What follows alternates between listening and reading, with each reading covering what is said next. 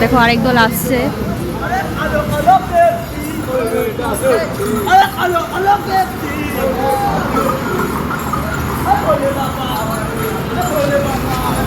তো বন্ধুরা, আগামীকাল নীলষষ্ঠী আছে, তার জন্য দেখলাম শিবের পুজো আগামীকাল। তো সামনেই বাগড়াহাট আছে, তো এখানে সবাই যাচ্ছে। অনেকগুলো মানুষ দেখতে পাচ্ছি। শুধু আমি ভাবতাম যে নীলষষ্ঠী শুধু মেয়েরাই করে বা বউরা করে সন্তানের মঙ্গল কামনার জন্য, এখানে কিন্তু অনেক ছেলেদেরও দেখতে পাচ্ছি যে ওরাও কিন্তু পুজো করছে শিবের। বেশ ভালো লাগলো দেখতে, দলে দলে যাচ্ছে, পুরো দলে দলে বাবার পুজো দিতে যাচ্ছে।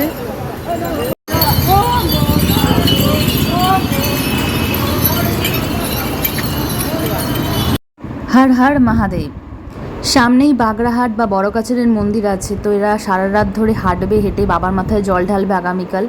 তো আগে জানতাম যে শুধুমাত্র মহিলারাই হয়তো নীলষষ্ঠী উপোস করছে বা পুজো দিচ্ছে, কিন্তু এখন পুরুষরাও বেশ পুজো দিচ্ছে, দেখে বেশ ভালো লাগলো, মনটা পুরো ভরে গেল।